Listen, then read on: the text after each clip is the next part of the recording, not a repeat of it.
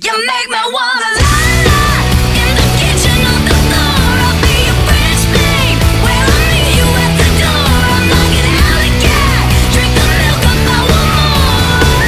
You make me wanna The number one thing I was waiting to hear tonight was the results from the lie detector test, and we get some of those a little bit later on, but we have to sit for a while and watch some other stuff before we get to that. But hey guys, welcome back to Kellie TV. So it actually starts off with some people not on this season. Ashlee and JP are there. Ashlee is pregnant, and we get to find out the sex of her baby. So it turns out that her baby is Chris Harrison. Haha, no, not really. Her baby, though, is a boy, and they're just a really cool couple, and I'm very happy for them. So one of the most heated debates on this episode happened between Markel and Andrew. If you remember earlier in the season, Markel was told by people that Andrew had said some racist comments regarding him. So we kind of hashed all that out in this episode, and Markel saying it still hasn't been resolved. Andrew saying that JJ was trying to make him look bad by telling people that he was saying this racist stuff, and Andrew saying that's even affecting his current job now. But he never really, if you paid attention, he never really like came out and said, hey, I never said anything like that. I mean, he kind of said he didn't say anything at all racist, but it just wasn't very convincing. I'm pretty much convinced that Andrew did say something that he shouldn't have said and regretted, but he didn't even man up with it tonight, so whatever. I'm so glad that his true colors were shown and that he was sent home a long time ago. And even Ron was like getting really upset about it, because obviously who wouldn't? I mean, if it's true, then it's freaking terrible. So let's move on from that, and Markel was the first one in the hot seat tonight. He was wearing that super cute cookie pin because if you remember, he is the cookie monster. He loves him some cookies. He says that he always felt like he was in the friend zone with Andy, which I totally agree with him. Even though she claims to have been attracted to him from the beginning, I think it was just friends all the way. I love Markel. He has like an awesome personality. He's super cute. And I just don't understand why he can't be the next Bachelor. I mean, maybe he can be, but from what I've heard on the internet, it's going to be another guy that I like too. But hey, Markel, let's give the guy a chance. But some good news, he is going to be on Bachelor in Paradise, which starts next month. So I'm excited about that. And just to show what an awesome personality he has, he brought cookies for the entire audience, and he's just awesome. Love ya, Markel.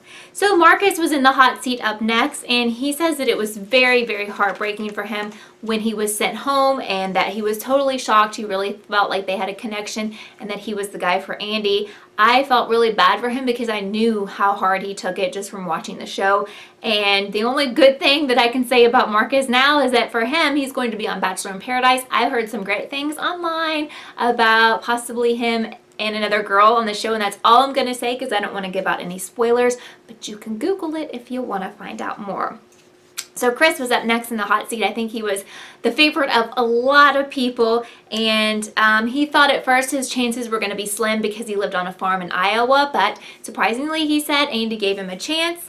But still it didn't work out. Even though she did say she liked his family and liked him, she just didn't feel like it was going to go anywhere, and he was super upset by this. But there just happened to be some girl in the audience who wanted a date with him. She even got to come down on the couch.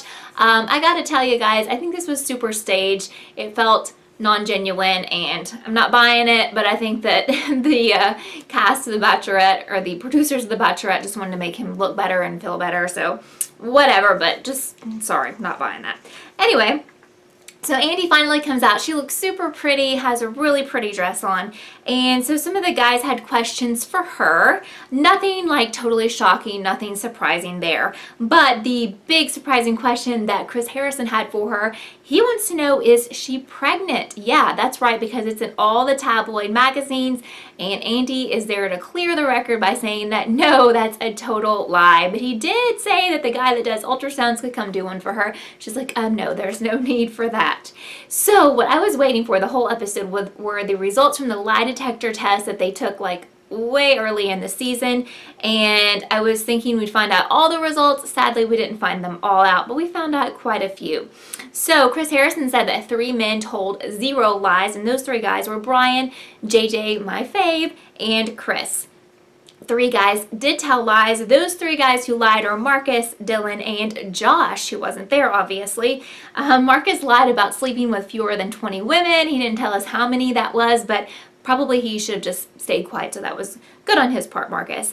Dylan says he does not prefer brunettes to blondes, as he lied about during the test, and that he was not ready for marriage. So we were getting ready to find out what Josh's secrets were. Of course, he wasn't there to defend himself, but even though the audience wanted to know and the guys wanted to know, Andi decided that she wanted to trust Josh and that she did not want to know what he lied about. But I'm like, come on, girl, I want to know what Josh lied about. We need to know. Come on, we need to know. I think she didn't want to know because she had already selected him, and she doesn't want to feel bad knowing that he lied to her after she was already picked him. That's just what I'm saying, though. You don't have to go with what I'm saying. So we took a look back at our top 2 guys, Nick and Josh, and it is almost time for the very best episode of The Bachelorette, the live episode next week, where she is going to be selecting her guy. Like I've said for several months now, or several weeks now, I think she's definitely going to pick Josh. And over at Beamly, which is a super cool app that's free that you can chat live during your fave shows, everyone seems to agree that Josh is the guy, and they really haven't liked Nick from the beginning, which I'm not a huge fan of him, but I don't totally hate him. He's kind of grown on me some. If you watch my videos, you know what I'm saying. So I sure hope that you will join me next week for this awesome episode. Join me on Beamly. That link is down below. It's really fun to talk to people while the show is on, so we can get your reaction right then and there to what is going on. And I know that next week's episode is going to be amazing. So thank you so much for watching this episode of Kellie TV, and I will see you next time.